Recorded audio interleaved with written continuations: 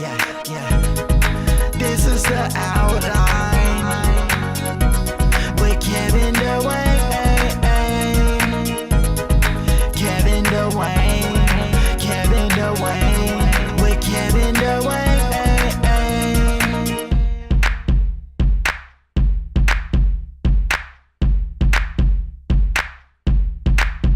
Yo, what's up, you guys? This is the Outline Podcast, and I am Kevin Dwayne. This is your weekly discussion of all things entertainment, LGBT culture, and a piece of encouragement for everyone. Hope you're having an awesome week. I have a special guest this week. I have the chef of French Toast Connection ATL. See, I've been sipping so much. Right. Chef Dveezie. Thank you for being on the show. Oh, thank you for having me. I gotta let everybody know. Okay, so she fed me and she made me a cocktail. It is, you said We're gonna call this the Monday Madness. The Monday Madness. So if I'm slurring, it's because the drink is lit. I'm full. I'm feeling mad good. So let's jump into that. Describe the French toast you made. Babe. Okay, so what I made you today was what I call the vegan raft. That is vegan regular ass French toast. It was good. And no dairy in it, because I know you staying strong on your vegan ride here. So no dairy. And then I made it with the drunkenberry compote, which I made the vegan version of it with no honey for all you strict vegans. I don't want nobody cussing me out because they, So you partially got me drunk in the meal too. Yes. Oh, see. Yes, I did with that drunkenberry compote. See, I just drunkenberry. See, Yes. so it was already some liquor in there. Okay, I get it now. It was delicious though. Like no bullshit. I was telling her, I was like, no, I wouldn't steer you wrong. Like this No is gas. so good. Well, because I'm not a huge French toast fan. And I heard your episode on the Healing Space. You talked about that. You said French toast gets a bad rap. It's a bad rap. And I think here. it does, because I'm always like, I don't want no soggy ass toast and stuff like That's that. what it is. But your toast was like, it was crunchy. And like, the thing about it is she bought her stuff to my place and made it fresh in front of me. Off the and griddle, that was baby. a dope ass experience. I'm watching her flip the shit. I'm like, oh, that look good. What's that? That's coconut? Okay. And so it was dope, but I like because the toast was crunchy. It had a nice, and it didn't lose its texture. And then also it was bomb. And so you actually switched my opinion. I'm like, Of maybe French toast, did I right? start ordering more French toast? Well, listen, now you're going to expect more of your French toast when you go to places. So when you go to these little restaurants in Atlanta and Buckhead and wherever, Midtown, and they're charging you $20 for 2 slices of their soggy bread, you're going to be like, wait a minute. This Chef ain't right. Dveezie up in here made me some vegan. She didn't use butter, and it was not that much money. So y'all got to step y'all game up. And listen, I'm coming for them. And also, I have to say, like, for that to be vegan, like, could have fooled me. That's exactly. Could have fooled me, because that That's the shit game. was delicious. Like it was so good. Like I'm sitting here like, yes. And she left me a little bit so I can have some. Always got to leave them leftovers. I can have some leftovers. That late night tip in the bed. I was like, wait a minute, let me wake up Toast real curly quick. and French toast. Right, you Yes. gotta just go to the restroom. You know what? Let me head to the kitchen right quick. Heat That's this the up. joy when you take the bread and you like scoop it, Right, you scoop it little with the bit. compost, Right. just eat it and go back to sleep. I'm going to tear it up. So tell me something. Why French toast? Like, how'd you get to this point? Well, you know what happened? I, recently moved to Atlanta, an expat like yourself. Yeah. And From where you from? Tell the people you're from. I'm from Baltimore, if you can't hear it in the accent. Yes, Baltimore. Yeah, It's what you Baltimore. say. Have a happy fucking Monday. Out in these streets. Have a happy fucking Monday. Out here in these streets. I'm trying to work on my cousin, but yeah, and I don't want people to keep saying that I sound like Snoop. No shade to Snoop. I love her. You know what I'm saying? We from the same side of town. I don't want no smoke. with her. But yeah, a lot of people when I talk, they're like, "Oh, you sound like Snoop," and I'm like, I actually don't. But whatever. But yeah, so what happened was I was just here and I had my 9 to 5, which I've been meaning to tell you for a while. When I listen to the podcast, I love when you refer to your 9 to 5 as that. Yeah, I that's what it love is. that, and I've stolen that from you, and that's what I refer to. Because work don't stop at that 5. You got. That's it. Yeah. Keep it going. And but yeah, I was just thinking of wanting to do something I was passionate about. I've been blessed to come in contact with a lot of people that are following their passions outside of the 9 to 5s. You being one of them, and I was like, what am I good at? I'm good at cooking. A lot of people are cooking now, but what can you do different? And I was like, you know what? I make a really good French toast. And everybody's pumping waffles and they're doing all this crazy shit with waffles. And doing all this crazy shit with pancakes, and French toast is just like out here being Michelle. It's just out here being out here being Michelle. Out here being Michelle, trying to keep up, feeling awkward about singing certain songs like "Cater to You." I'm just saying, when Jesus say yes, nobody can say no. You know that was a good song. It was a joy. I played it earlier today. It was a joy. I almost went to church when I heard it. It was a joy. I said, am I right? Right. Did Jesus, let me step up in the... And you know what's funny is because when I met you, it was at a party. Right. Oh, and you yeah. mentioned that. You were like, oh, I make French toast. And that stood out to me because I'm like, who the fuck out here just making French toast? Wow, like, she was really just like, listen, I got this French toast. That's what I do. Like, that's an interesting thing to Slanging offer. toast. And you was literally slanging toast. Like, listen, I can come through. I can make you some. Right. Like, what's good? I was just like, that's dope, but you're right. It stands out because people aren't out here doing it. And don't y'all start because she already done beat y'all. But listen, she already got the vegan options and it tastes bomb as fuck. Yes. Like, it's good. She makes it in front of you. You can't even meet the quality. So it's too can't. late. It's Don't too try. late. Don't try. It's too late. Like I tell people, we can co-op, we can Right. collaborate, or you can be competition. Try your arm if you want. If you that's, want. That's I'm on gonna fuck you up, though. You know what I'm saying? I'm not cocky about a lot of things, but certain things, I'm gonna put my stamp on it. It was lit. Like, it was so I'm so damn glad good. you enjoyed it. Food is love for me. It is. So outside of any monetary gain, which I do enjoy, but Ebo Shah. you hit me shabba ding dong. Okay. I'm not Shalahar. I don't know the word. That's it. Outside Shando. But yes, monetary is it's important. I need it, run it. We take all forms, food stamps, whatever you got. But yeah, it's double. We just double the price on it. Mm-hmm.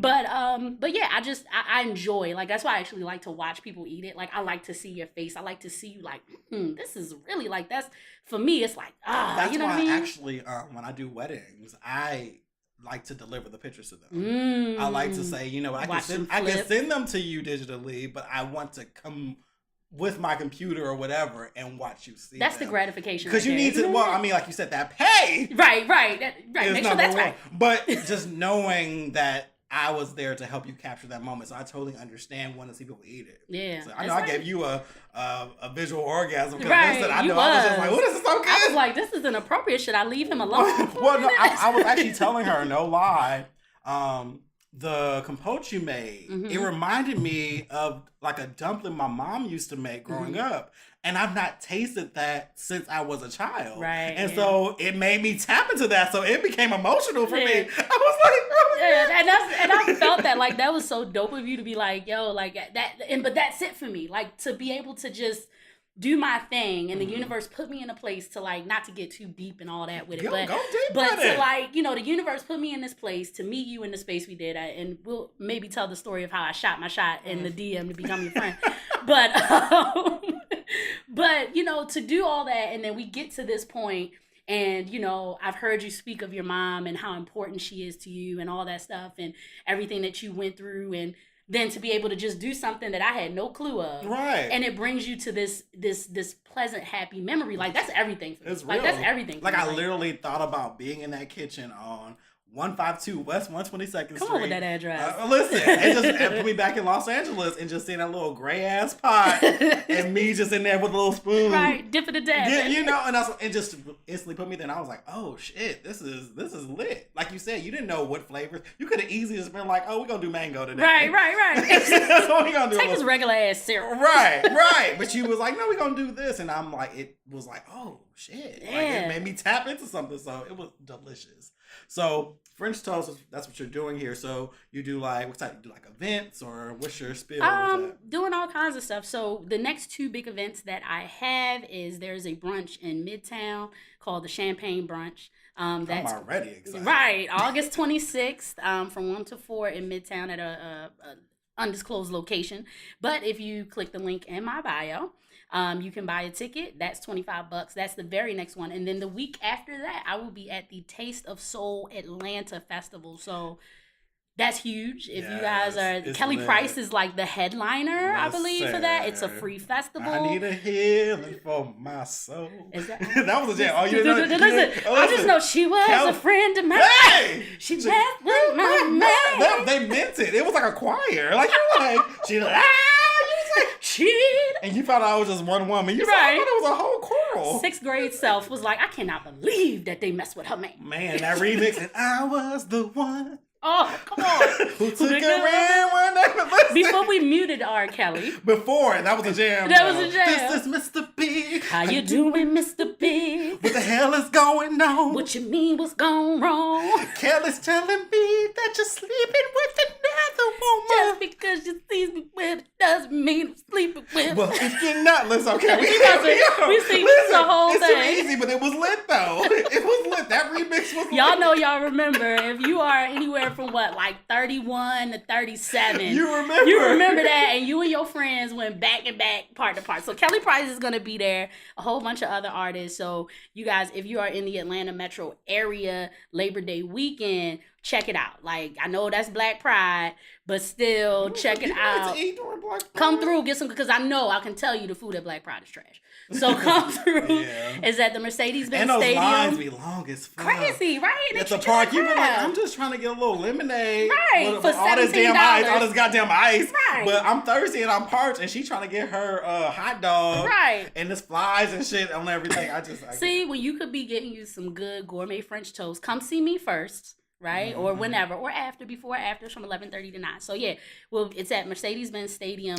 Yes. And come through, check us out there. And then if you want something personal, you want to get something catered, you want me to come make breakfast, I've gotten some requests for like some sexy French toast where people are like, oh, me and my boo want you to just come cook for us and have, we can talk about that depending on how sexy you want to get there, maybe like an upcharge. Listen, you know what I'm saying? Like a little up, 25%. Listen, yes, don't come to the door naked. Right. And I gotta cook. I can't focus. Right. You know what I'm saying? Right. You gotta pay me. You got 25% extra so that I can focus. Because you want to be walking around with your body all out. You know. Mm-hmm. But we'll make it work. I don't care. I will do it. I just need to know. I hear that. Television. Well, I will have all that in the show notes too, so you guys can easily click the links and buy tickets to the available events. I also have your social media there too, so people can find you and taste this bomb ass French toast. Sweeping the nation. So let's go back a little bit forward, or backwards actually, because we're in a new week. How was your weekend? My weekend was pretty good. What did I do? I've had my godson in town with me for 3 weeks. So I've been 3 weeks. You a good guy, yo, mama. Listen. Like, I thought y'all just gotta give a car for the birthday. Right. They get to come and stay. You gotta listen. You gotta come. He comes with his little duffel bag, and he's like ready. And he's 12. So I have 3 godkids, but he's the oldest of it. So it works out because I'm still able to like take care of things I need to take care of, and he can kind of sustain himself. I just gotta like feed him. You know what a cereal is. Right. And his thing is Little Caesar's pizza. So I mean, listen, $5 is nothing. You hear me? That's all you want. Come in. You want 2 of them? I got you, boo. These other little bougie kids. Don't send me your vegan kid. No offense. Yeah. But y'all not. That's a lot of work. If your kid don't eat meat or some processed food, he can't stay with me. Right, you can't get no string cheese or nothing. Right. Wanting all this organic lettuce. We're not about to do that. You better eat this Hot Pocket. You better come on with your what is it? What is it? The little pastries, the Pop-Tarts. Yes, Pop-Tarts is lit. Toaster strudel if you fancy. Oh, what's the Totino's pizza roll? Listen, all that. Of course, except when they cold in the middle, you be mad as fuck. You gotta get. I followed the instructions. Like, what is happening? Why is it cold in the middle? You mad as hell. You done fucking the whole crew. Oh man, but yeah, so it's been dope. It's been dope having him here. We've been having some fun. And what did we do this weekend? I went to the gym, worked out, working on my fitness. Listen. This 1-pack, like I told you earlier, this 1-pack is coming by the end of the year. I'm going to run it. The universe is going to run me my one. Yes, run me my one. Run me my 1-pack. That's all I need. That's like a hashtag move. Run me my one. I'm telling you, they're going to be like, why is she wearing a midriff in December? Because I got a fucking 1-pack. And you don't know how hard I tell people, it's too hot in the summer to work out. And that's why I give you fall and winter body. Yes. Listen, you gonna take these earmuffs. Right, yes. You gonna take this coat. Yo, my fall dress game is so much better than the summer. That's a whole other subject, but I dress so much better in the fall and the winter. It's like, oh my God, but in the summertime, it's like, dude, give them body at the end of the year. Right. Because it's unexpected. It is. It's less. You're not ready. It's less thoughty in December. It is. So you're gonna stand out. With my sweater and then I got this butt out. Listen. When this butt gets to popping. Listen. This butt gets to popping. That's what I'm here for. That's what's up. Let's see. But yeah, so we did that, and then of course, Insecure premiered. Woo! Can we talk about yes, it? Let me talk please. about it. Let's talk I about planned it. my whole weekend around that shit. Yes. It was like, any plans you got need to be done by about 10 p.m. because I need to be home, need to have my drink, need to know what's happening. Be ready. So Insecure is back. Like, I literally anticipated all year. Like, I love this show so much. And just seeing that come back on the screen. First of all, have you been to LA before? I have not. It's on my. I need to go. It does a really good job at capturing LA in a certain way. Really? It makes me miss home at times. I'm like, damn, like it captures all like the nuances. That's how you know Issa lived in LA, because she captures the shit that real regular television wouldn't capture. Like Crenshaw High had the overview. You got the little street meat vendors. You had like, you know, Randy's Donuts and stuff like that. But just that, and then I mean the fact that it opened up with Daniel just beasting somebody out. I was like, just Daniel's in it. Like his missionary is lit. Like usually missionaries kind of like, you know, ooh, I love you so much. It's like makeup sex type shit. Making love. But his shit was beastie. He was getting it in. All you saw was just that chocolate thigh, just so killing chocolate it. and beautiful. Like I'm like, what is your like your lotion regimen? Right. Like that's that cocoa butter. You know that's cocoa butter. But like, it had a shine to it. But not too shiny. Like was it like Cetaphil or like what is he? Because it ain't Nivea. It's not Nivea. Maybe it's Lubriderm. It might be Lubriderm. It's some of that expensive shit. It's right. that shit that I mean, like, you know what, that price point is just above what you want to pay. Right. Like special occasion. Like you'll go up to like $3.99, but $5.99 is definitely pushing it. Yeah. And then Lubriderm instead of it'll be like $7.49. You're like, oh hell no, I'm not doing that today. I can tell you what it ain't. Is that what's that terrible ass cocoa butter lotion? That Queen Helene. Yeah, it ain't that. Yo, that Queen Helene. You got to put the whole bottle on, and you might not be. When it's empty, you be pulling against your arm. You got the little circles on your arm to get that like last. creamy water, like murky water. Listen, if I ever gotta pour some water into something to get it out, I'm not down for it. Like I just can't.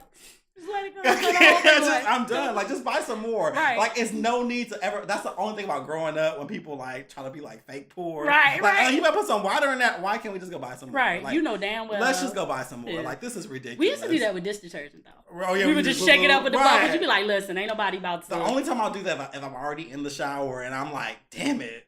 And I'm like, okay, let's get this water in here. I'm just already wet. Like, I gotta, I'm not about to get out, drive to a store. I just need enough to get a lather. You just get through. Just let me get a lather. You got like 3 bubbles on your arm. Like, fuck it, I'm gonna make it work. You want a strong lather. And then you're like, okay, make note. You know what? That's why I stopped using body wash. Because I'm heavy-handed, right? And I would be like, you shower yet? With that Dove, I be in there like, squeeze, especially when it's a new bottle, you be feeling rich in the motherfucker with that new bottle. You're like, ooh, it's heavy. And you be like, lather. It's like a fucking commercial and shit. You feeling real sexy, like, and don't let no music be playing. Whole body be sudsy. I was like, let me do a cost analysis because I'm going through like 1 bottle a week and that's too fucking much. But towards that end, you be real. It be a little you be like opening dime. up, sticking your finger in there and shit, try to scoop it out at the bottom, like squeezing it. You try to curl up the bottom and shit. Like, nah, listen. It's like a little dime, little quarter. You be like, okay, I can make this work. Let me switch to the bar. And then you still be trying to put all the little pieces of the bars together and shit to form a big bar. Man, because you just don't want to go to the store. It's a lot. It's the same with toilet paper. When you get to the end, you be like, okay, maybe I've been going too hard. I was legit at a friend's house the other night, and I remembered that I had to go to the store, and that I was running out of toilet paper. And I was just like, yo, you got mad toilet paper over here? Like, she had, like, the Sam's Club. Listen, and I was like, let me get some. Let me just get, like, a roll, my G. Like, I will give you the roll back. And I was like, yo, I'm good for the roll, whatever. And she was like, yeah, like, take the fucking roll. Like, what's wrong with you? Like, of course you can have a roll of toilet paper. So I went to Walmart, like, the day or so later. And I was like, yo, I forgot to buy toilet paper again. I'm not going to be able to get you that roll right back. And she's like, what the fuck is wrong with you? Like, if you bring a roll of toilet paper back to me, like, I'll cut you out. Keep that shit. You're good. She say that shit now, but right. times when get she hard. Get to that last she gotta get that pussy dry. And she gotta do the duck walk. She gonna be mad as fuck like, God damn it! And she never bought me my motherfucking roll back. and your friendship is over. That's it. When you got to do the duck walk from like downstairs to upstairs and shit. It's like if this bitch took the toilet paper out of this bathroom, I wouldn't have had to shimmy my ass up these fucking steps with drip drops following. And don't let her stub a toe or something. It's over. We gonna all of that happened just because. I'm going on. What is it? Do not disturb. D&D. Right. I'm about to get D&D'd over a roll of toilet paper. Never say what you don't need. Just go ahead and let me give you this roll of paper back. Right. Like I don't want to owe nobody nothing. But all that try to be debt free. Whatever lotion he uses was bomb as fuck. But what I enjoyed the show because I mean this was our first Lawrence free episode and people were very upset about Lawrence Hive was not really having that. I mean, but do you fuck with your exes? Like no, like they're out of the picture, right. And like you don't. There's no. The thing with Lawrence is like he didn't have many friends on the show except for what's the name's husband, but they weren't even like friends. Right, because he was checking that nigga like, yeah, like ain't shit. Exactly. So it's like there's no, and the funny thing too is with Lawrence being gone, guess who else is gone? Oh, we lose Tasha from the bank. We lose Tasha. We lose the other funny friend that he was staying with. Oh yeah, that dude was funny. Oh damn.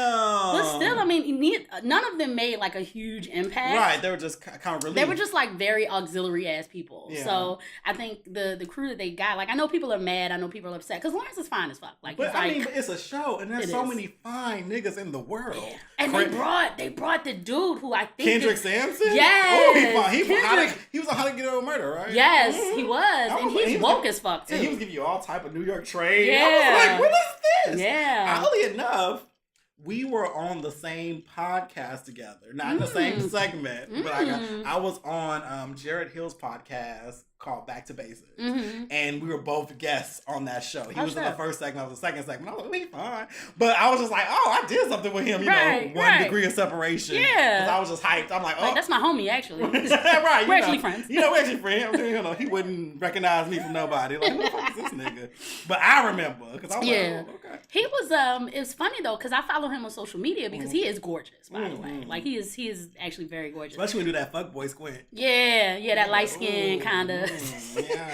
But he's super woke and he's super active in the black community and just like fighting injustice and stuff. So that's like, yo, I kind of want you to win, dude. Like, you know, on top of your fineness, you woke. I don't know if you're like the greatest actor or not. I don't know, but you're fine and you're woke. So it's like that's a win for me. That's all it takes. But yeah, no, that episode was lit. Listen, that lift ride. Yo, when he beat the dude's ass. And I loved it because I'm like, yes, let the little dudes, don't sleep on the little dudes. They will hit your tall ass up in a minute. Because they got that center of gravity, they wiring and shit. And he like, was ready when you call him little man. Yeah. Like, once you call somebody little man, prepare to get fucked up. Listen, if you pull a blunt out of somebody's mouth, like, and it wasn't even like a roach. It was like the whole blunt. I was like, oh, that's you weed. pull that whole blunt like, out the window, you know you about that. You ready for smoke. You're ready for smoke. And I was like, oh, that was like a good $20. Like, he just tossed out the window. Not that I know from experience. Right, I'm just saying. I just been around a lot of weed heads. Yeah, this is, you know, because and I just know weed costs money. It's not free. It's right. And he threw a whole blunt.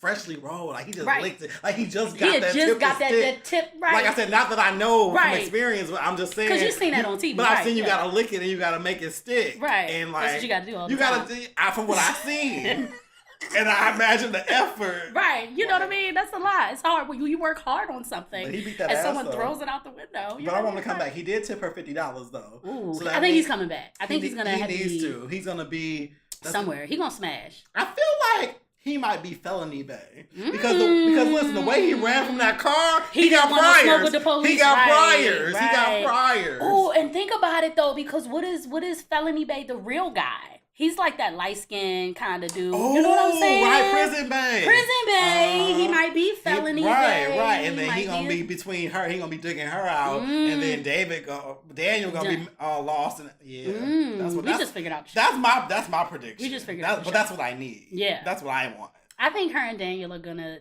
That tension is there. It is. That tension is there. And Daniel's stroke game is crazy. It's so crazy. My friend Christina, who a fan favorite, she was like, "Is Issa basic?" And I was like, "You know what? because she's the lead character, we have been letting her get away with a lot of behavior. Issa might be basic. Really? I mean, she just got a turtleneck in LA. She just got a car, but like she might be basic. She's the awkward black girl. Like, but the way she communicates, for her to be turning 30 or to be 30, like it seems like the way she communicates and stuff is real. Like arrested, like it's not like where it should be. It's like how you why is that Daniel understands like what do you want? You're saying this and this, and she's still like I don't know, like a kid. And I'm like, why can't she express herself? Why can't she be real about some shit? You know what I mean? And I'm like, oh my god, is Issa basic? But I mean, the show, that's the premise. That's why it's called Insecure. Exactly. That's it. It's going through that. It's like the I know the comparisons have been there that it's the like rated R version of Girlfriends. You know what I mean? But it for me it's like the regular girl. You know what I mean? It's like you see these shows and if there are the black women, they're the light-skinned black women or like Issa to me is like a regular ass chick. And I think she's beautiful and everything. She got like these doughy eyes. I think she's beautiful. But she's like a regular ass girl. She drive a little Chevy Cruze. She got that, she trying to get back, but her job is like a trash ass job. And, listen, I wanted to pop off when that white lady, Joanne, yes, that moment heated me. Like I just felt like I wouldn't have had a job that day. Like I would have like, I know you not. That's when you get to clapping the hands. This like, racist ass environment. Right. And I'm the motherfucking root. Right. And then when she says to herself, am I the only? She's like, I'm the only black person here. Like, wait a minute. And we reaching to black people? I'm interested to see how that goes, like, with the season. I really hope she gets freedom from it. Yeah, I think she's going to evolve into something else. Like, I feel like she's going to leave that job. Yeah, because that environment needs to just crash and burn. Because it is true, like, they are mean as fuck. And did you notice that all the white people look really old this season? They do. I was like, have you noticed when they all know? I was like, I don't have 4K on my TV. Right. Like, I just got 1080p, but they look real. They're aging. Quickly. They're aging very quickly. Quickly. I was like, what is this? Is this a dream? I thought it was a dream sequence. Because I'm like, why they all look dead? Right. But she was just glowing. She was. He was looking good. She passed them MUA a couple extra thousands. I said, okay, just make me pop and make them look real. That budget then got bigger. But they make the white people look bad. Right. That might be on purpose, though. That might be by design. Because they all look dry as fuck. I'm like, woo. That might be by design. Like, oh, we need to make them, look older and evil and played out. No, because I was watching with someone else. They was like, no, they legit look crazy as fuck. But they, like that, the one girl that she works with is, I can't remember her name, but she's a child actress. The one that always works like directly with her. Mm-hmm. She used to do something as like a kid. She was on a show or some shit. I can't remember her name or what show it was, but I remember that face. We had to Google that. Yeah, but she's a child thing, and I don't know. She's probably like 60 years old or something. right. Because that white dude crack though. That white crack. Mm-hmm.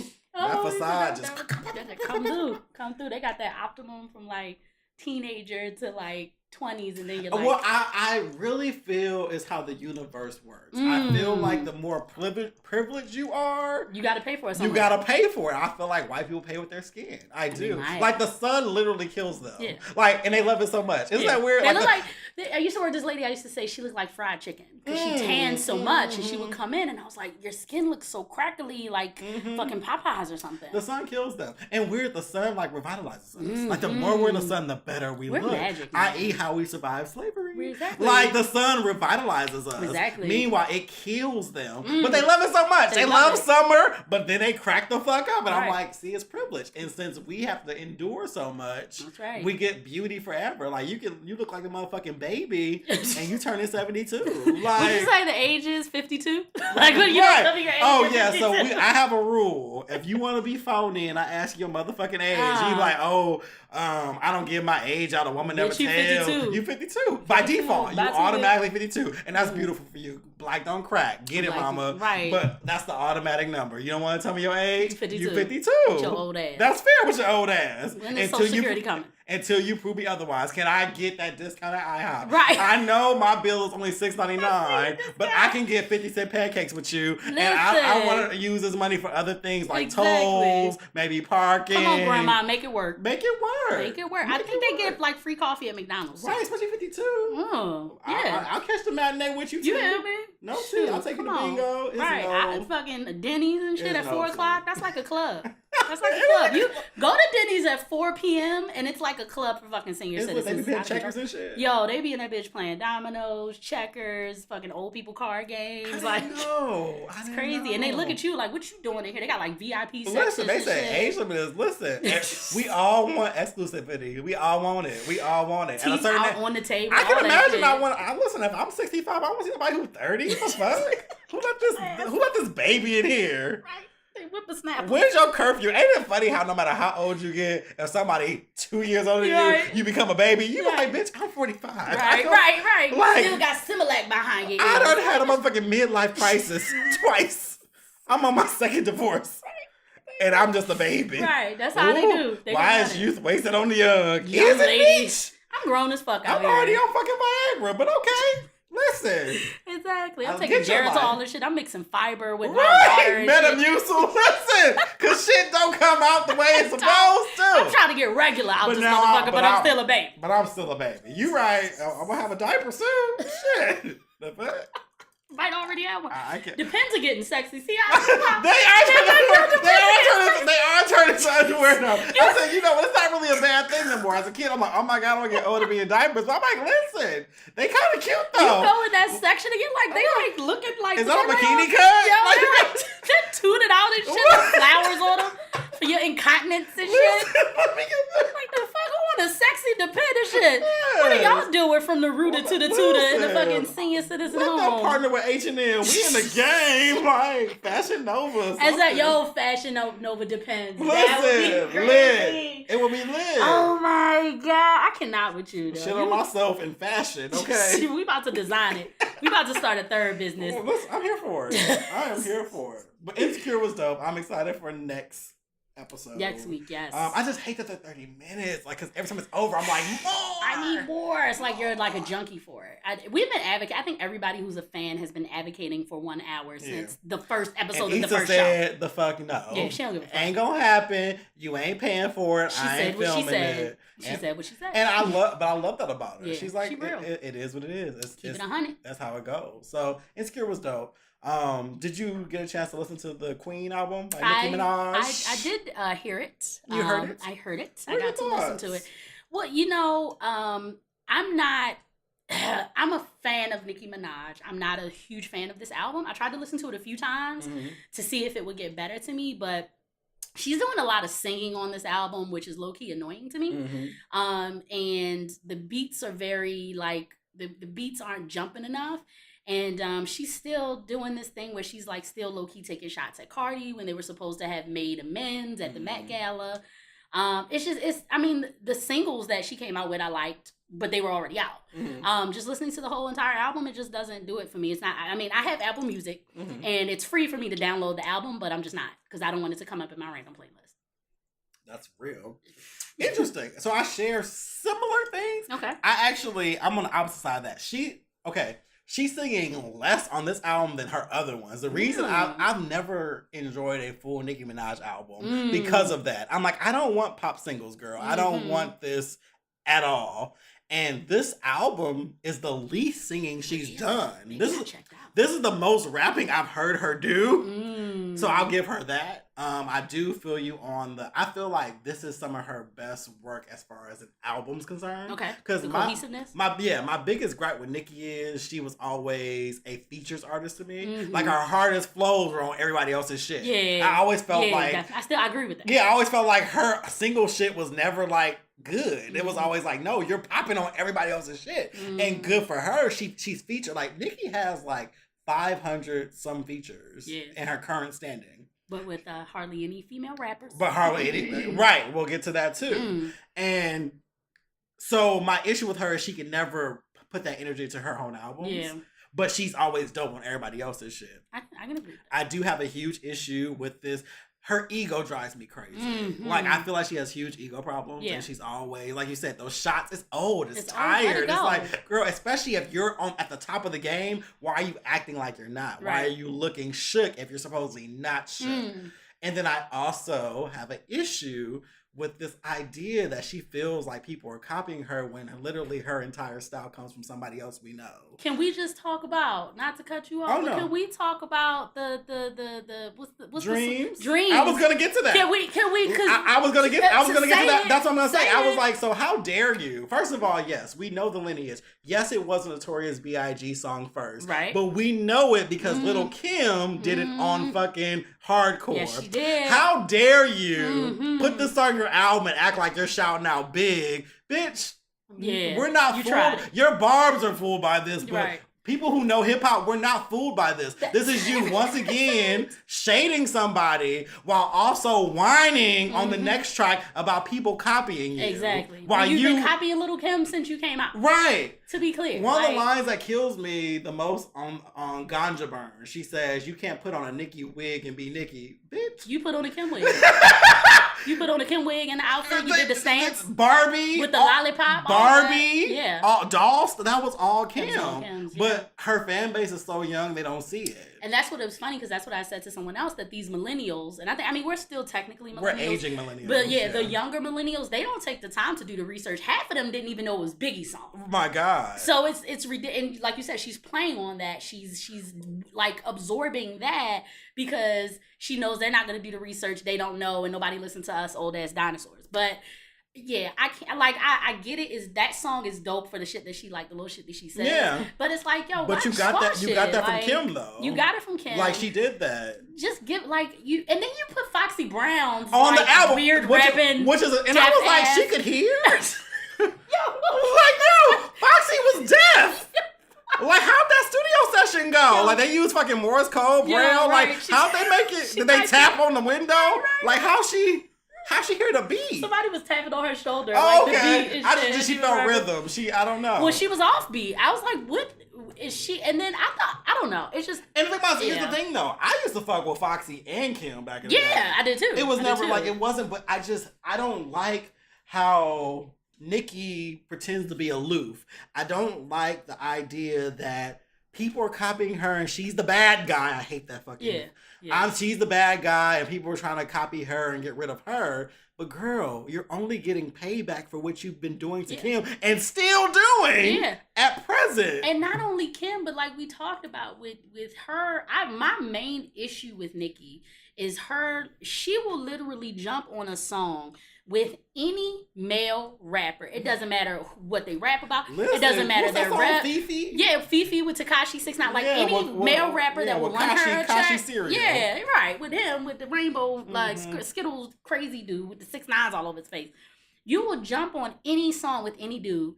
You literally, like, a lot of people don't realize this, but a couple years ago when she was still with Meek Mill, she took Dej Loaf on tour with her. I remember that. So it you was did like that. It was Ray Shrimmer. Yeah, Dej Loaf. Like, you took her on tour.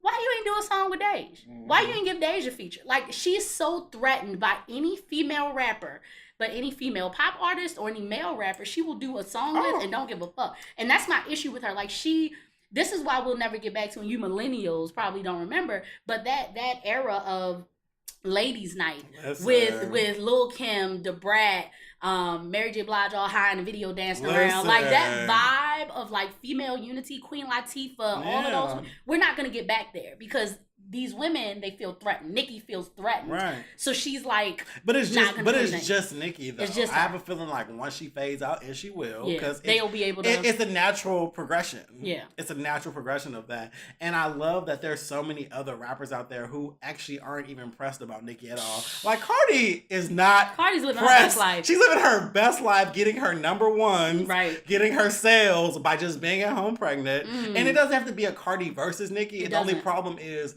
Cardi's just the biggest artist since Nicki. Yeah. And so it's hard to not even see them. But you have City Girls, you have Saweetie, you have Azalia Banks is still out here doing her thing. Iggy is still out here trying. I don't know what Iggy doing. But I'm saying there's still other rappers. And I feel like it's interesting how people only see those. But I'm like, there's other people out here not even worried about it. They're just grinding and putting out music. That's what you need to do, though. You don't have to like pull someone else out. Like, I don't have to block the sun for me to shine. You know what I mean? Like, I will say this, though. This is what I will say, and this is probably an unpopular opinion. I would prefer to listen to Cardi's album over Nicki's. Thank you. People have been hyping up Queen, talking, the little greater than sign Queen. I was like, y'all lying. Listen, Invasion of Privacy from beginning to end I can listen to it. Phenomenal. Yeah. I want to rap every line. I want to literally. I like Queen is cute. Yeah. I think Queen is. I will say this. I think Queen is some of Nicki's strongest work, but it's not a better album than Invasion of Privacy. It's not. I don't think they should be compared. They're in different places in their career. Right, true. You can't compare somebody's debut album to somebody's fourth album. Exactly. But at the same time, don't play yourself. Yeah. Because I believe it's only projected to sell 45K this week. So ooh, that's nice. And a lot of those albums are coming with ticket sales too. Yeah. She's giving the album away with the ticket. And so it's like one of those things where meanwhile Cardi B is actually getting Cardi B's right now capitalizing off of pop as well. But Cardi has 2 fucking Hot 100s. Yeah, she's killing it. And don't forget the Latin charts. Like, that song she's killing right now. I like it. You know what I mean? And she's at home trying to heal up. Right, she's trying to get them stitches out. Right, she's good, but and she's not pressed about it. And the thing about it is, Nicki is dope. I would never say she isn't. Like, I love a lot of Nicki's stuff, but my issue lately is her politics and her ego is really making it hard for me to enjoy her music because of how she's behaving. It is. It's like, girl, you're talented and you are on top, but girl, come the fuck down. Especially when people in radio call you out, like Charlamagne don't even fuck with her. Like he feels like she's a baby. Like anytime she slides in people's DMs. Yeah. You see the thing about the fans? Yeah, she's like replying to the fans. She gets people cut off of air and blacklisting people. That's some shit. bratty shit. She did with the whole Remy thing. Right. Like when she got because at the time I think she was dating Nas when Remy dropped her Ether version or whatever, and she got that shit pulled. Like it's just like that's not the nature of the competition. And the thing about the whole Remy thing is, what I hate once again about the Barbs is Nicki started that shit. Yeah. Like she was just poking and Remy wasn't doing shit. Yeah. Poking. And as soon as Remy snapped back, everybody's like, why are you coming after the queen? Why are you doing I'm supposed to just get bullied? And that's really what killed me. Yeah. Nicki started that shit. Getting her blocked. And she's seasoned enough to not get goaded into it when she's doing these interviews. And I will say that a lot of radio hosts and TV show hosts, but more so radio, they will goat them into it by asking them about the other artists and, just keep poking at them, like you said. I think that versus a Cardi, she's seasoned enough to be able to say, hey, you know what? Let them do their thing. But she doesn't. She just pops shit. Yeah. And falls into it. I don't know. I don't know. Like I said, I think Nicki's talented. And I do think Queen is a solid effort for her. But I'm a music fan. Yeah. So I'm able to give an objective opinion no matter how I feel. I think it's a solid effort for her. But because of who she has become, it just makes it hard for me to enjoy it. It takes away. Because I just can't. I feel like you're a brat. I feel like you're whack. I miss the moment for life, Nicki. That's my song. I would play that shit at my wedding. When she was still new and still fun. Hunger. And now she got comfortable. Oh, I'm the queen. Right. And I started this shit. You didn't start anything. And that's what kills me. Yeah. You have to. What people have to understand with the entertainment industry, there's always going to be a new person. New wave. It's always going to be a trope. No one's ever in a vacuum. Nicki.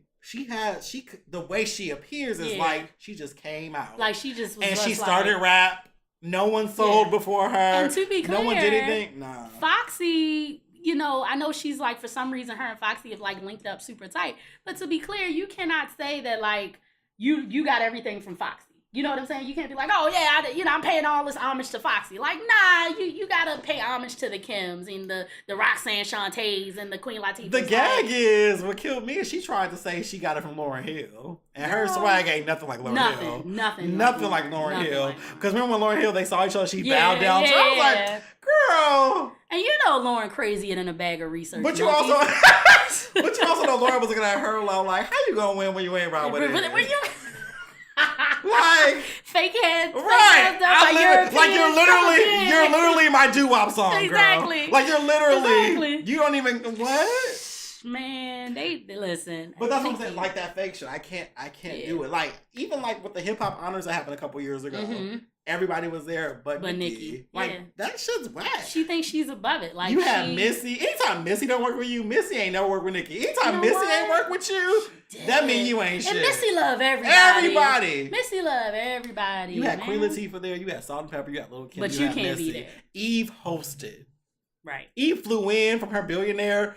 Man, she ain't even got to be here. She's out there racing cars. She had a Taylor Beast at that shit. She did. All the rappers were there. Like they remember they bought the whole Legion. Nicki nowhere to be found. That says a lot, man. Like that's whack, and that makes it hard for me to enjoy her music. Like I said, I think Queen is a solid effort. I think it's good. I think it's some of her best work. She's moving forward in her craft, but because of her, you just can't. I don't want it.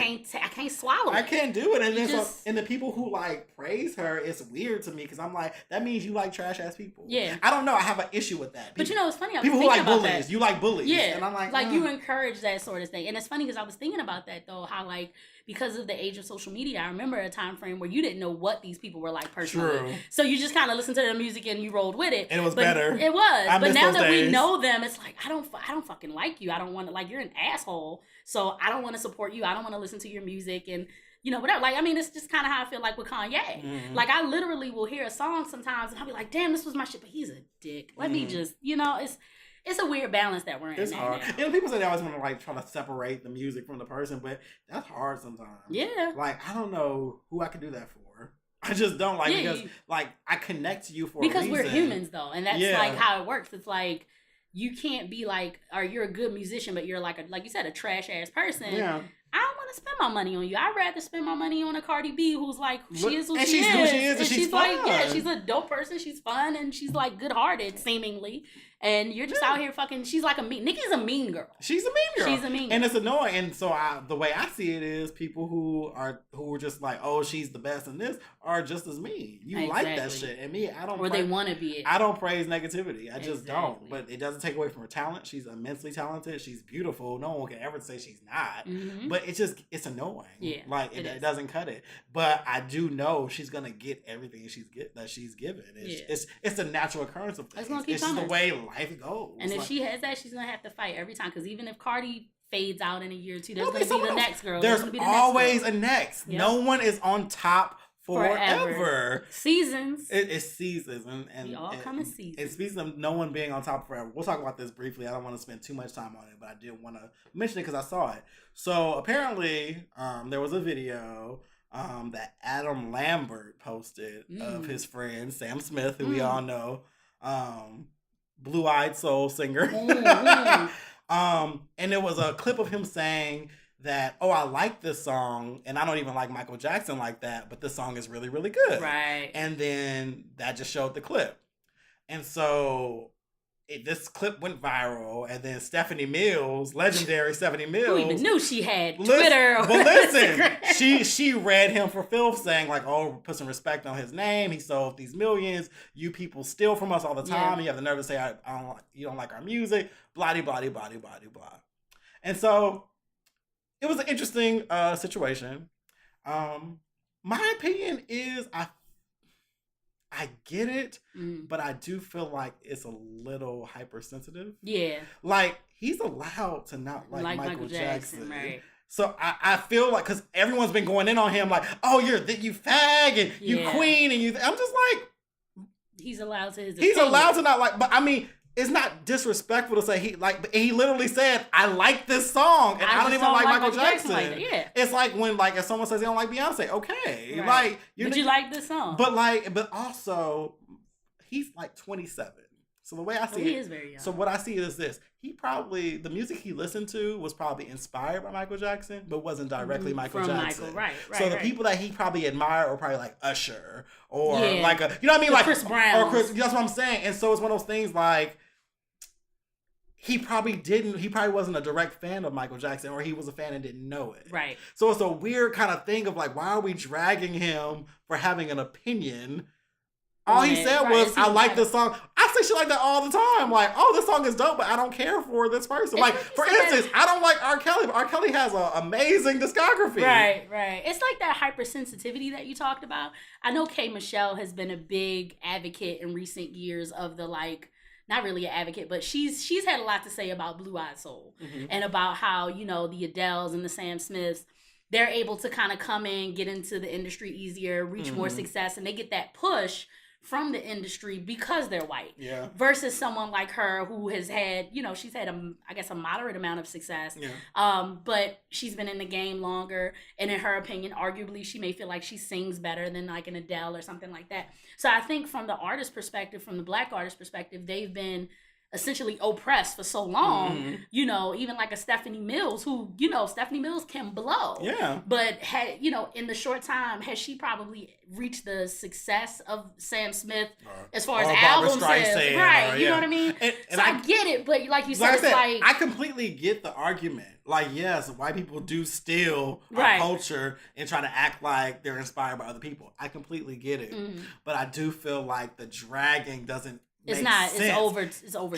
First of all, he was having a conversation privately with someone. That recorded. It was recorded on someone else's page. We share opinions with our friends all the time. And we would not say publicly. And all he said was, "I don't like Michael Jackson, but I like this song." Yeah. He didn't say Michael Jackson was trash. He didn't say Michael Jackson wasn't talented. Right. He didn't say Michael Jackson wasn't a legend. He didn't say it was either word. He just said, "I don't like Michael Jackson. Yeah. I like this song though." Yeah, you gotta be. It's one of those things where it was a hypersensitive thing. And I'm just like, and then people are digging up old shit from Twitter, like, oh, he called somebody a black cunt in 2002. Yeah, I saw that. It's like, and it's just like, I just hate that. And listen, and I'm not one to defend white people at all, right? Because listen, I understand the privilege is there. It's trash. I do feel like there are culture vultures out there, but this is one of those times where I'm like, this doesn't seem worth it. It just seems like it feels like a waste. Yeah, like we sometimes pick up and fight the wrong battles. And I think though, just if you take a lesson away from it, all of us, even, you know, like with us getting into businesses and stuff, we just have to be kind of cognizant, unfortunately, of the things that we say. Not censor yourself, but you just kind of got to be cognizant of the things that you say, because it can be twisted out of proportion. And, you know, like you said, who knows what that conversation was like before or after he said that little clip. Right. But all that was posted was that little clip, and they took it and ran with it. I don't like Michael Jackson. You know what I mean? But it's weird. Like, for example, a very unpopular opinion that I have. I'm not like, okay. For the longest time, I wasn't a huge Luther Vandross fan. He's a phenomenal singer. Right. He's great, but I was never just like, oh, I need to hear Power of Love right now. I never, like, you know what I mean? Like, I got it. Like, the man could sing his ass off. He had a very good clarity. Right. Like, he had a range, but I wasn't running to play his music. Now I am a fan. Right, as I've gotten older, and it applies to things that but it's one of those things. But I would hate to be like, oh, you give me your black card. Oh, you ain't this. How you like Luther? I threw my panties at him in '87. And people actually have said that to me. I remember I was saying that years ago. What? You don't like Luther? What's wrong with you? Yeah. And it's just like, people don't have to like which. It's always those things. I think like the only reason Sam's getting dragged like that is because he is white. Yeah. But if Chris Brown wouldn't. I'm trying to think of something it might not be because he's white. I think it's because we have Michael Jackson on such a high pedestal, which he deserves. Right. But it's like, but people are allowed. There are people that weren't fans of his music. There were Prince fans more than Michael fans. It was like, kind of Prince or Michael. Like, and, you know, Sam might be more Prince. Right. And there's Rihanna fans who aren't Beyonce fans. You know what I mean? It's okay. So I just don't, the dragging and the call him out of his name, it's seems too much. It's overkill. Is this the battle we really want to fight? Right. And we're still trying to get Trump out of office. Listen, but like we got bigger fish to fry. And I've been seeing it all day. People have been dragging him for filth. I'm like, this seems extra as fuck. But maybe that's just me. Maybe that was my phone I've been looking for. Like, he's looking around. I was wondering what he was looking for. I was trying to be like, you know, like low key walking around. Like, where is that thing? It's like, but the remote control is here. That's funny. Like, you can't find the phone. Well, it is what it is. Is that up there? I see it. Oh, okay, cool. As long as it's nearby, right. You know, whatever. So yeah, but that's all I want to talk about as far as like hot topics. I mean, hell, we went a cool hour doing that.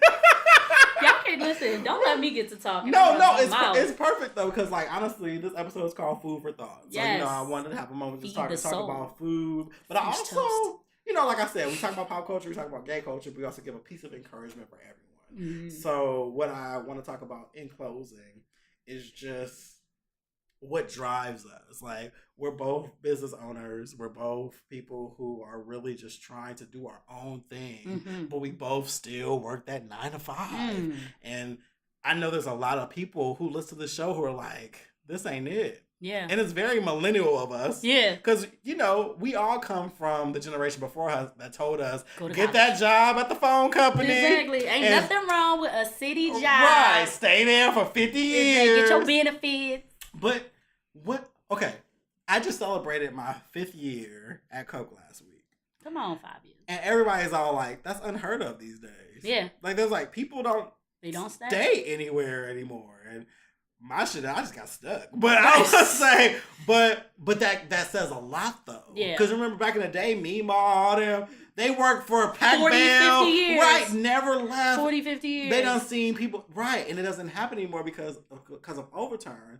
But then I think it's great to have a passion and to have a thing, but like, I think I want to talk about having that extra push. Like you talk about, you have the 9 to 5, but what pushes you to work when you clock out? I think for me, and I wasn't always that way. For a while, I was totally satisfied with my 9 to 5. I think we all saw You it know that what I way. mean? Yeah, especially fresh out when you first moved out your mama house. Yes, you start doing little things. You start taking vacations. Right. Get like 3-4 weeks of vacation a year. You feel like you really the shit. Right, You know what I'm saying? right. But I think for me, it was just seeing, being in the corporate world. Like, I've been in my current industry, which is auto insurance, for 10 years. And I've always tried to make myself a proponent of of looking outside of my job scope and seeing everything that's going on, so that if something's coming my way, I'll probably know.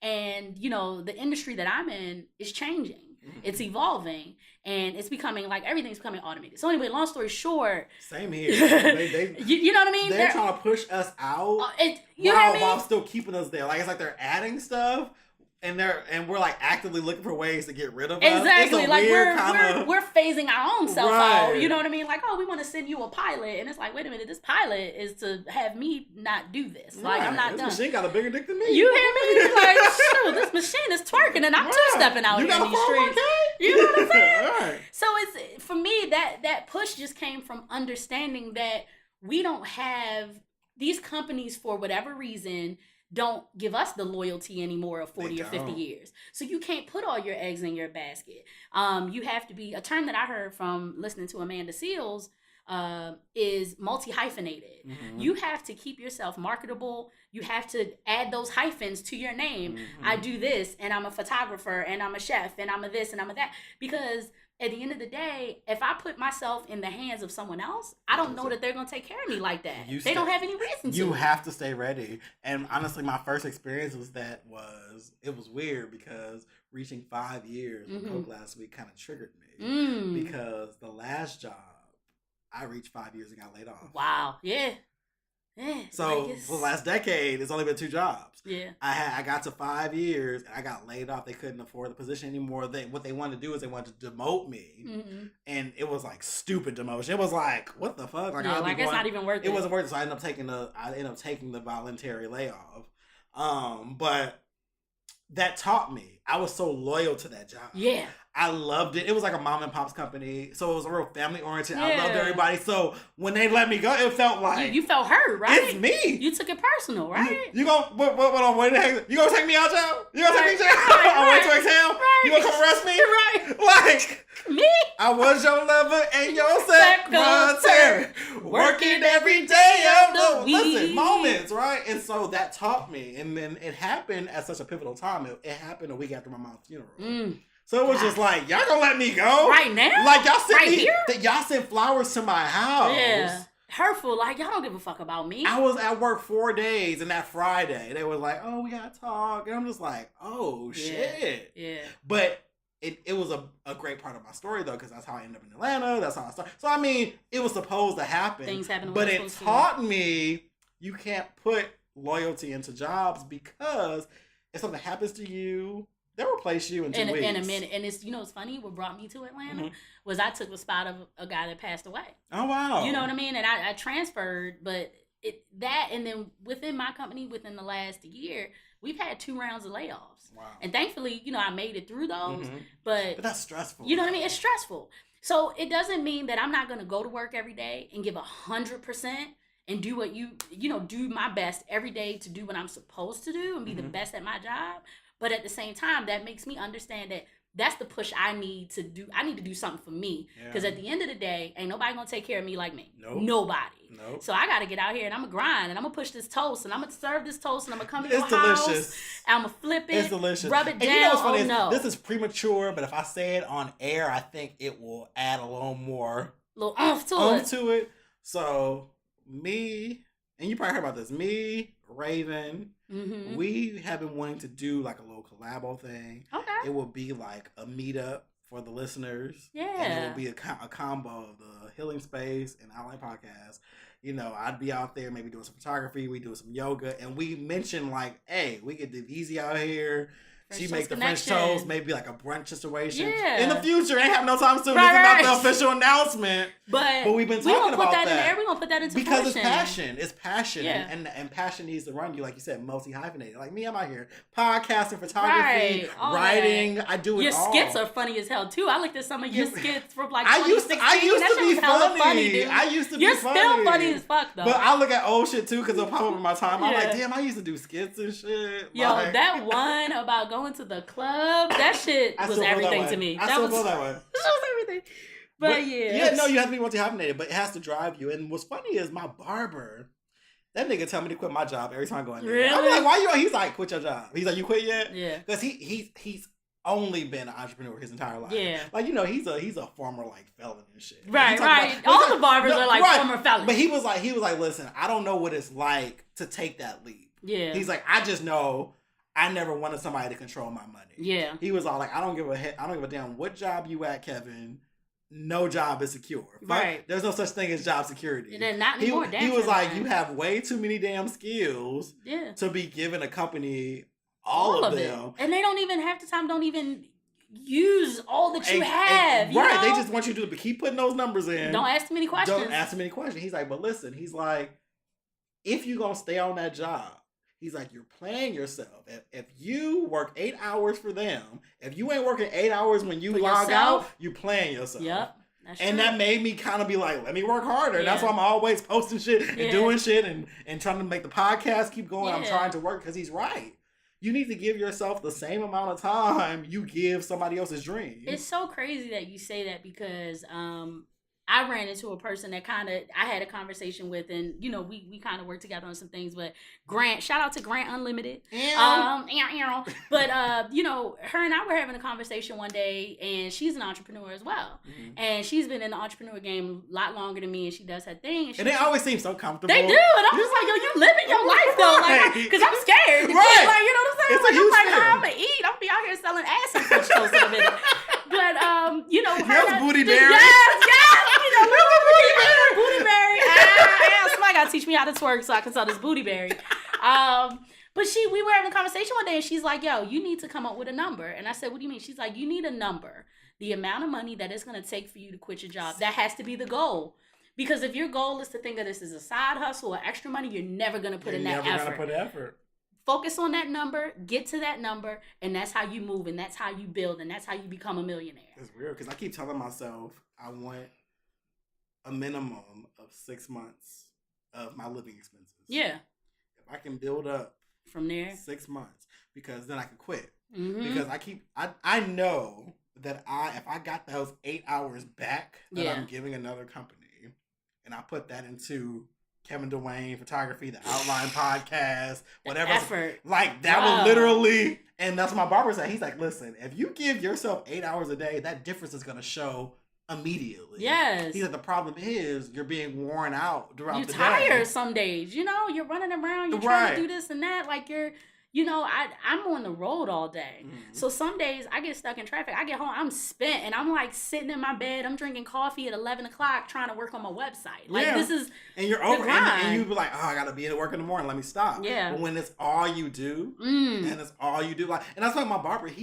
So many streams of income. So many streams of income outside of just barbering. Right. But it's amazing because I gotta do it. And he believes in it. He's like, I just know I can do it. But it's the grind he knows. Yeah. And I appreciate that. And every other day he's like, listen, just do it. And it's weird because he has this weird like big brother vibe. He's like, now you know damn well if you didn't have a job, I would keep you. Like, right. I would make sure you get. He's like, I'm always gonna like look out. You know, I'm always have some gigs and shit for you, right? Right. And I'm just like, yeah, but can I? You know, it's like that. But we've been, like I said, it's the cognitive dissonance of it. Like we've been conditioned.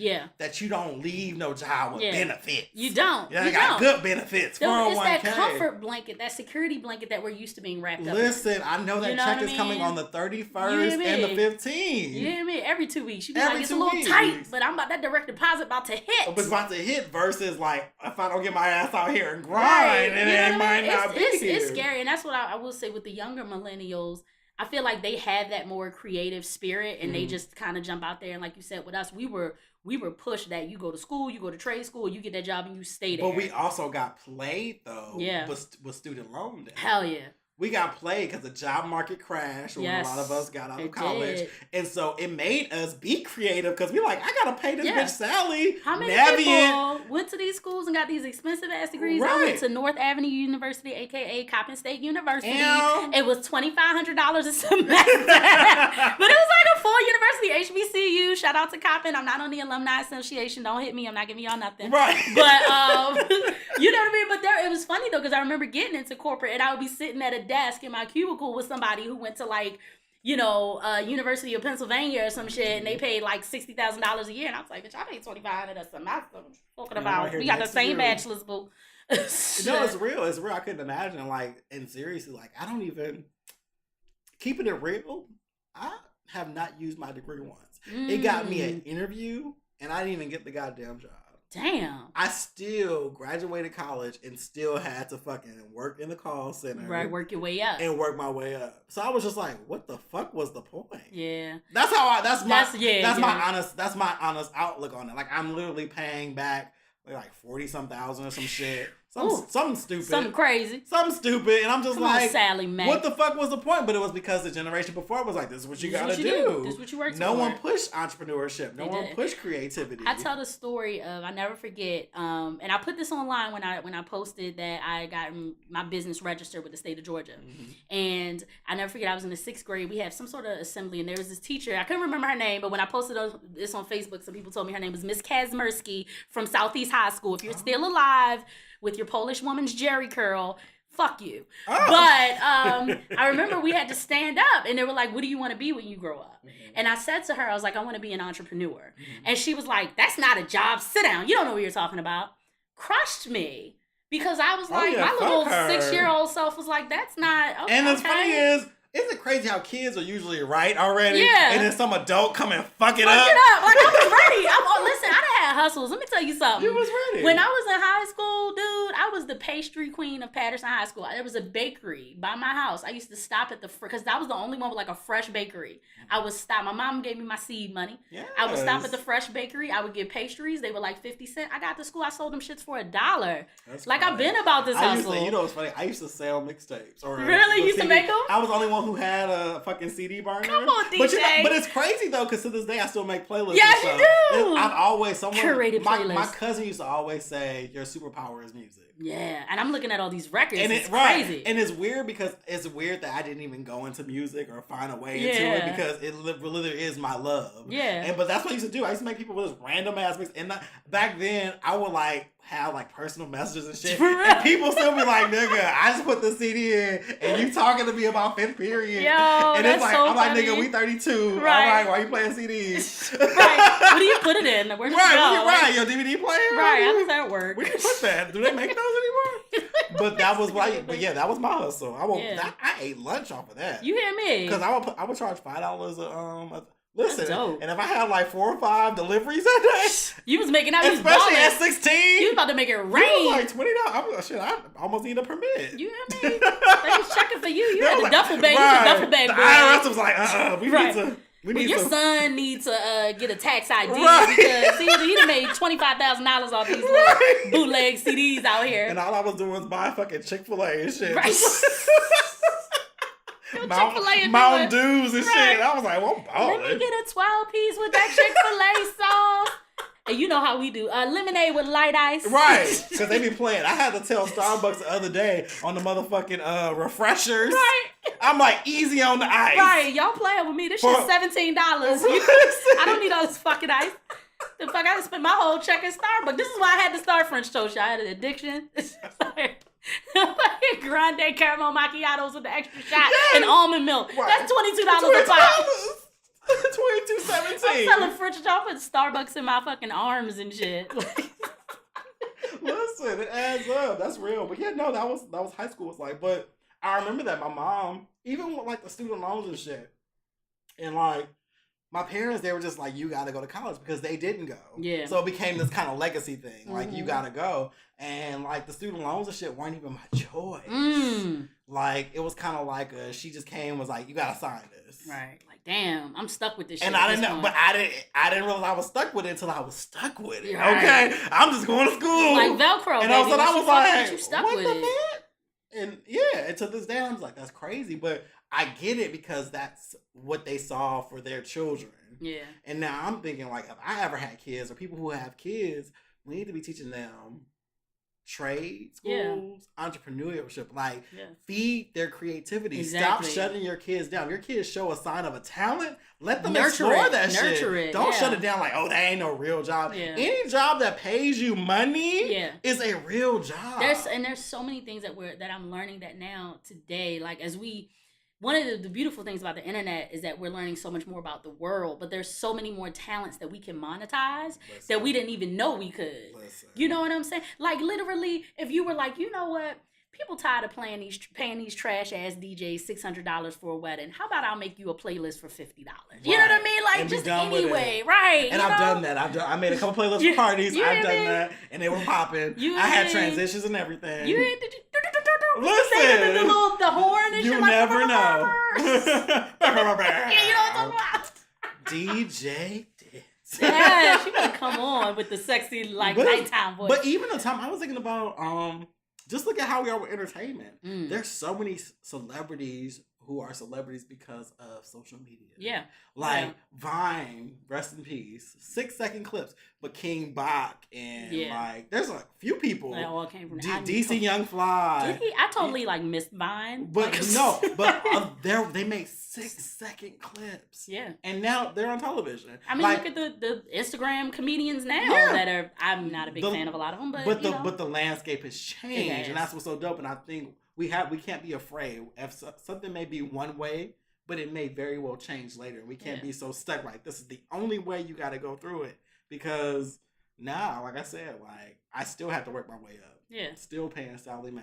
Yeah. And I'm doing the shit now that I should have been doing when I was living at home. Yeah. Like the grinding I'm doing now. Yeah. I think back, like they said, youth is wasted on the young. If I knew what I knew now, I would have been. Hindsight is 2020. Still would have been in college. Major would have been different. Yeah. I would have been studying shit I was passionate about. And I would have been fucking grinding in my mama's house. You hear me? LLC would have been done. All that. Everything been done. I probably would have bought a property. It would have been different. Yeah. But that's life. That's life. But you know what? Everything, like they say, everything happens for a reason. And I think that all of the things that we've gone through have kind of like shaped us. Mm-hmm. And for me, like I've always been a huge, like one of my biggest opportunities, I don't like to say weakness, but one of my biggest opportunities that's is... what you're using the workforce. Like you're corporate. Right, yeah. You're straight to opportunity. You know what I'm saying? What I do wrong, bitch? What I do wrong. It's just an opportunity. Like, suck my dick. But one of my personal opportunities that I acknowledge and I'm trying to work on is like being a procrastinator. But the reason I'm probably still doing it is because shit always just kind of works out. Like it does. Sometimes I get some of my best shit in procrastination. You hear me? I don't be having a show ready, and like it be 10 minutes before I'm supposed to post it, and it be magical. They be like, "Yo, this was so dope." You be like, "Bitch, you have no idea how stressed I was." But I'm looking to the point when I see my future, and I think moving to Atlanta if I wouldn't have moved to Atlanta, I probably would have never ventured into French Toast or whatever. Same with me in photography. Atlanta is a hub for Black excellence, y'all. Outside of all of the party shit that you hear, I have met some of the most supportive people from all different walks of life, all different kinds of backgrounds, all different kinds of education, who have just for whatever reason taken to me and decided to push me forward, even in times when I didn't want to do the shit.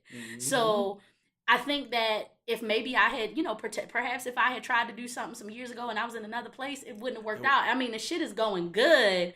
I ain't no millionaire yet. I ain't ready to quit, but it's going well, and it's pushing, it's coming, and social media, like, I'm so open to learning all the new shit. It's just, I just feel like it's the right time.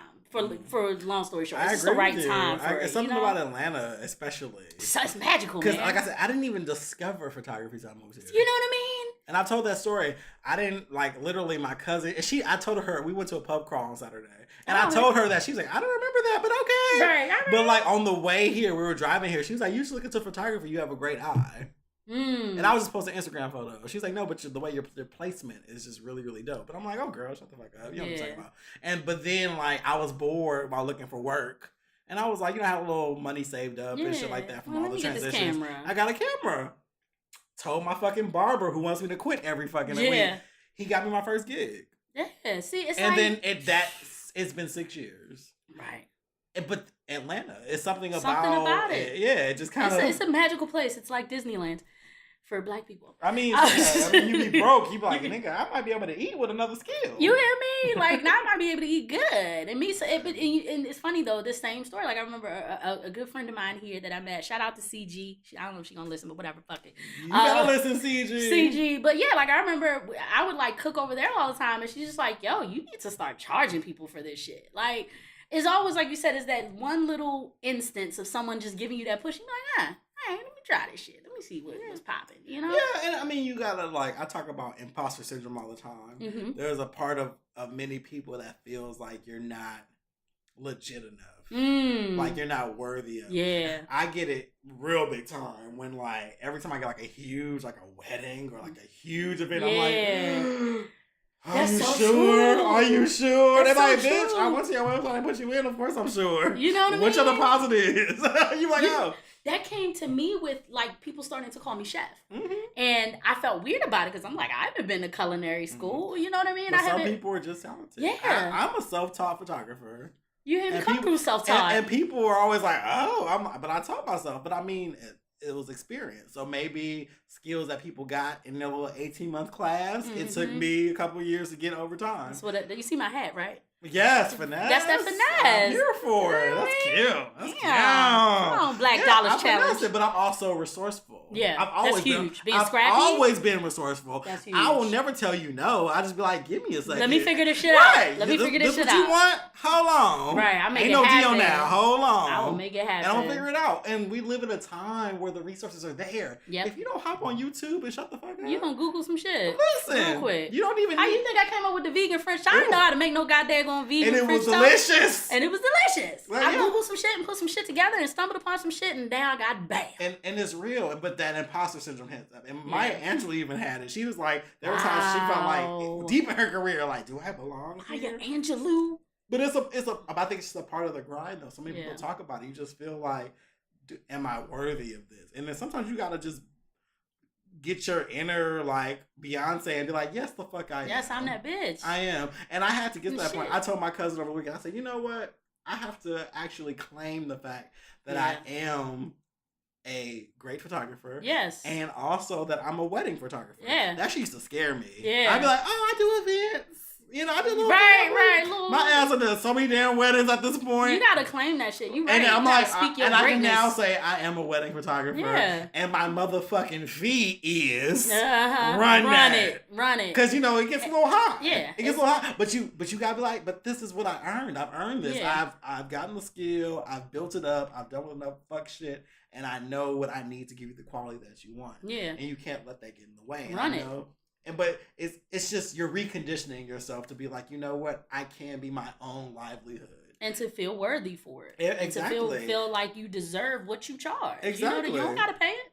You don't gotta pay it. If you feel like it's too expensive, go get somebody else to do it. And that's the real, but what you're not Thank you. Because that's another thing, too. Yeah. You don't get to fucking tell me what's too high. Right.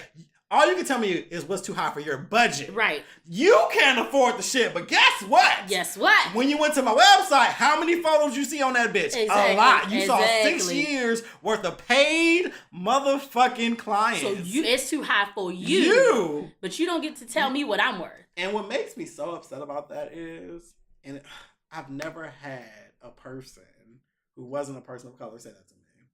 That's it breaks my heart though. Yeah. It breaks my heart. It does. Like, because you don't argue when you go to get you don't argue when you go to the Asian shops. No. You don't argue when you go to Jewish people. And you damn sure don't argue when you go to white people. No. You don't attempt to negotiate. Half of y'all go to the car dealership and do not attempt to negotiate. But you want to come negotiate with me about some motherfucking French toast. Here are my prices. You're going to pay them or not. And not to mention, you sought me out most of the time. I don't seek people out. You don't. I don't know. Maybe I don't know what it is. I don't. You came to me. You saw my work and said, "Okay, I want this look for whatever my event is." You don't get to tell me what's too high. You don't. And that's the. I mean, it's funny because even with the French toast, like you'll have people that are like, "Oh, is this my?" And then after they get it, you know, they get that show improved. They're like, oh my God, like I don't whatever. But my thing is, I'm putting it out there now. They gotta also see the work that you put into it. Yeah, you don't see the problem effort. Is people see the final product. Yeah, but they don't see the hell that you go through. They don't see the stress. They don't see the your intellectual property. And it's the same with you.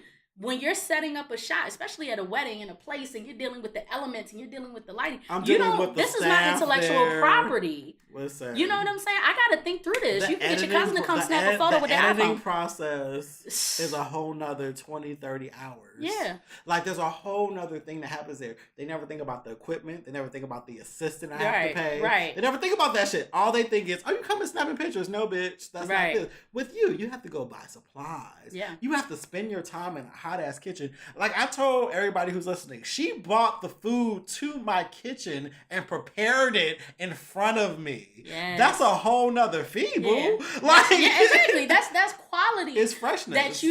That people, you know, I tell people as far as my service, I'm trying to Chick-fil-A the service out of this. Mm-hmm. And I want to give, like you said to me, we were talking earlier, you're like, I wasn't really a French toast person. You know? So for me, I'm trying to change the outlook that people have on it. But guess what? That comes at a cost. Because I'm not using that compote that I made you. That's all fresh berries. It was fresh as fuck, and I could tell you the can difference. Taste it, right? Yes. That's a difference than me putting jelly in your shit. You know what I mean? Or buying frozen berries. There's a different cost associated with it. There's a different time associated with finessing a batter or doing things to make it vegan. And like taste good. And taste good. And it costs more money because. That's life. Right. Either you gonna pay it or you not. So if you run me a $32, $42 bill, I'm like, well, shit. Right. That's what it is. But see, here's the thing. As a business owner, I get it for another business owner. Right. You know but what people I mean? that don't. We get it. But people who outside trying to get a deal for everything, they don't get it. But the problem with that is they want the quality. Exactly. But you don't want to pay the price. Right. But then you'll go. And this is some people in Atlanta. You'll go and sit in some of these restaurants in Little 5 Points and in Midtown and in Buckhead, and somebody will give you trash ass food, right? And you will pay that price, and you will tip them 20%, and you won't say shit about it. And the gag is they actually have more manpower than we do, because they have factories and workers and people where they can easily shell that shit out. But I don't try to teach people. I've learned I don't negotiate.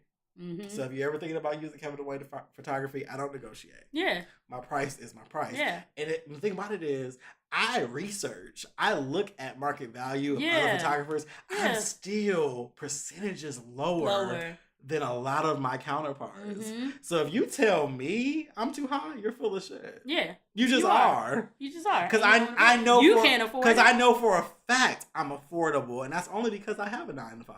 Yeah. I'm like, oh, I can be easy here. Yeah. So if you tell me that's too much, boo, then maybe you need to hold off your wedding. Or maybe because you're not going to find anyone unless your cousin or nephew is going to just do it for you. Go on down to the courthouse. Because I've researched it. I've seen. I've done my research. I know what people charge.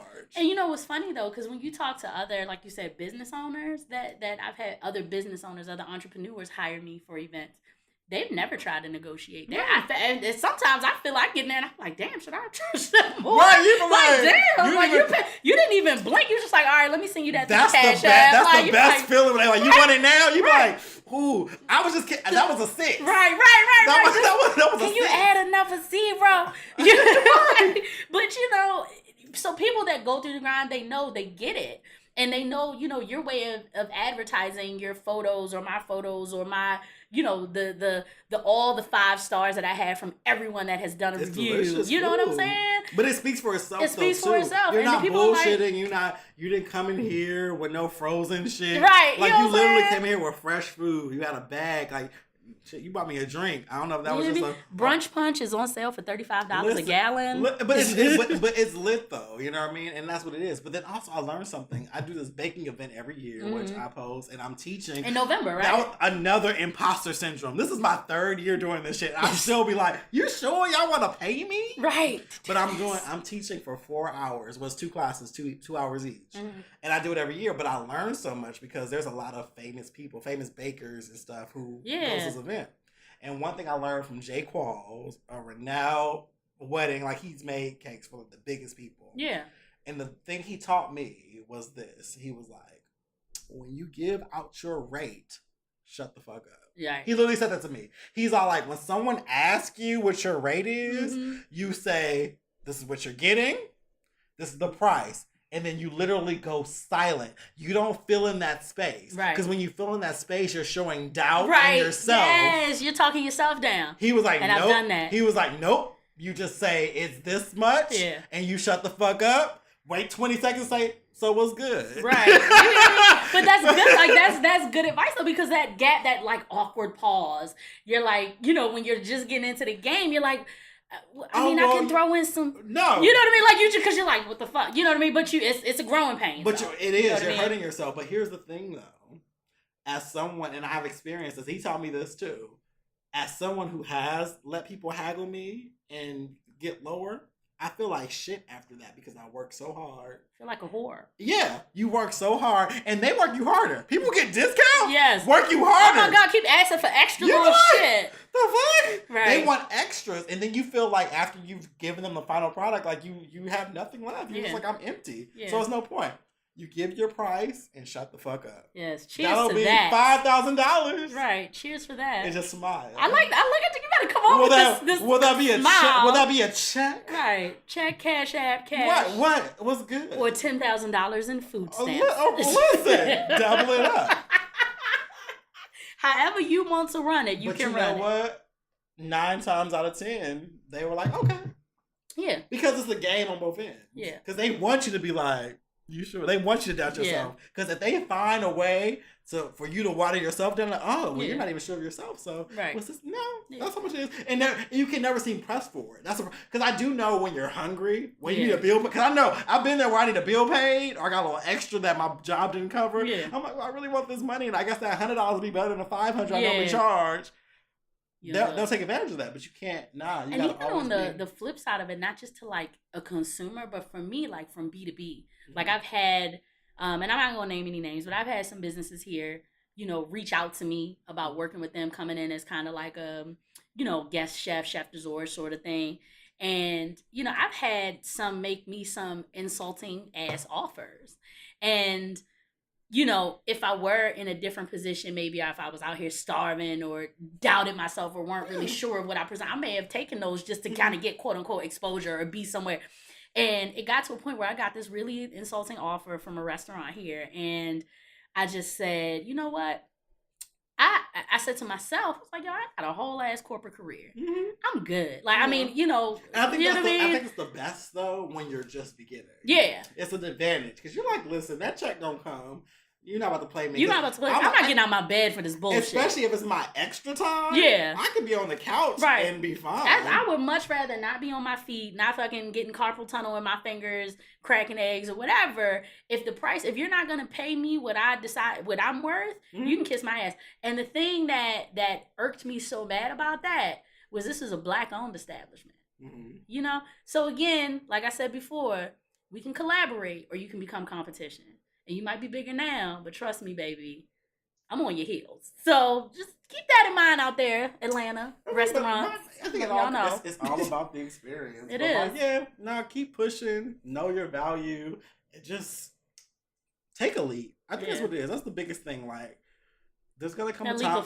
There's gonna come a time where I'm gonna have to leave corporate America behind, and it's coming soon because my patience level, like I don't even have a filter at work anymore. Like it's gone. Whatever. But luckily, I have coworkers who just laugh at me. Yeah, but you be really like, I'm one of y'all that's just like you be low key trying it, and they just be like, oh, he's so funny. You be like, bitch, I'm serious. I really can't say your ass.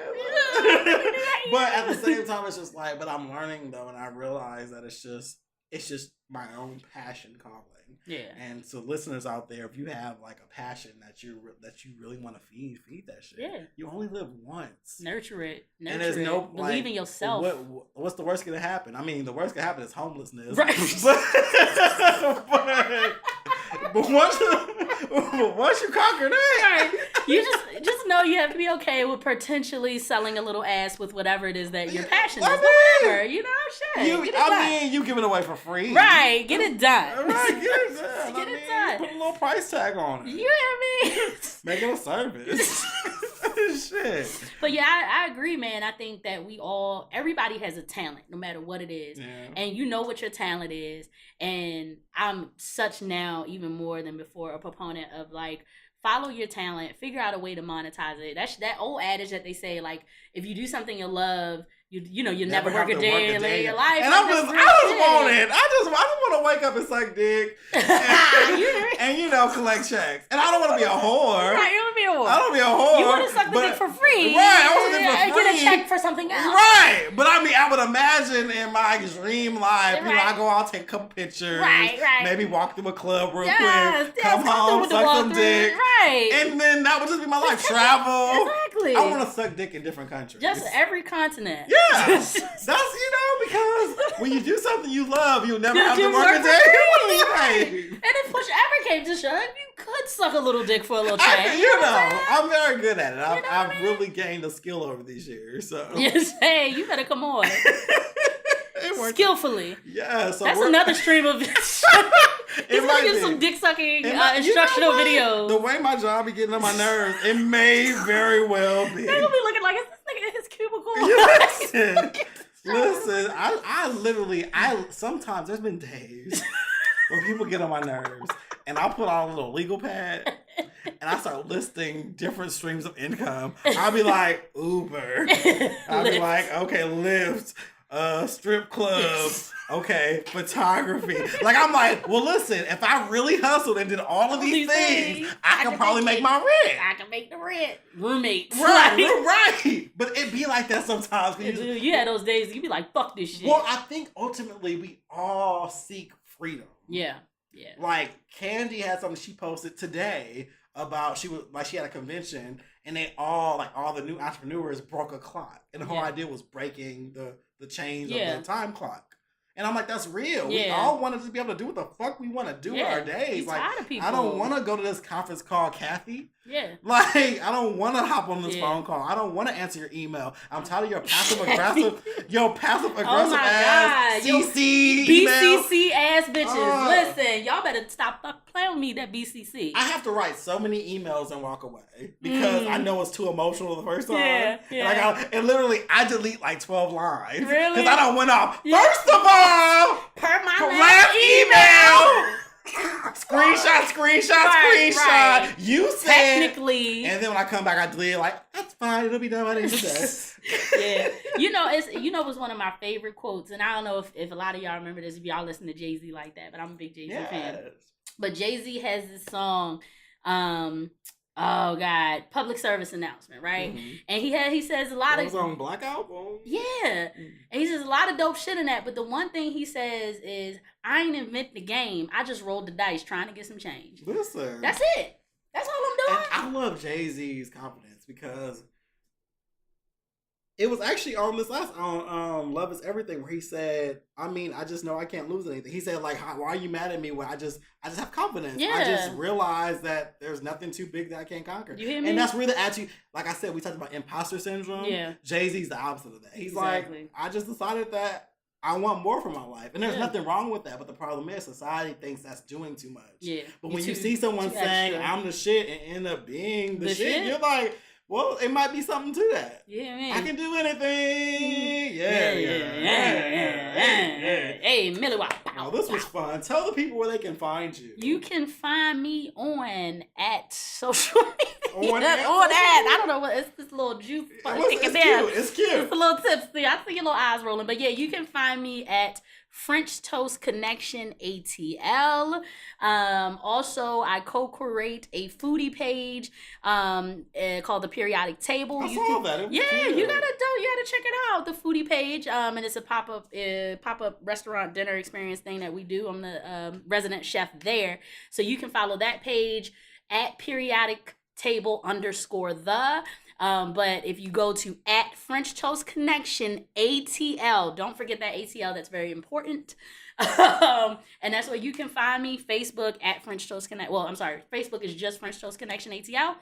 And that's where I'm at. Y'all want to holler at me? Slide in my DM, shoot your French toast shot. Yes. All right. You know what I'm saying? Well, all of that will be in the show notes. So you guys can just click the little things below. So you ain't got to worry about trying to get all that. Get your pen out. Right. So I write this down. Yes. And I'll also have the links to your events that you'll be at as well. Awesome. So people can get tickets and come try this bomb ass French toast. You Turn might have up. some fans out there. I'm trying to get some fans. I'm trying to say what you want to do. Holla at the kid. You feel me? Right. As always, make sure you guys are subscribed to the show, sharing it with your friends, leaving your comments, leaving reviews on Apple Podcasts, and all that good stuff. Thank you all for the support and the tweets. I see them every week. You guys are hilarious. And yeah, this has been a great show. Thank you for being on the show. Look, we're so thank you for having me. I appreciate it. It was super fun. Like I knew it would be though. Yeah. Like you're hilarious. You know how we do when we get down. Right. Right. We just it is. You be vibing. Right. But until next time, I will talk to you all next week. Peace out.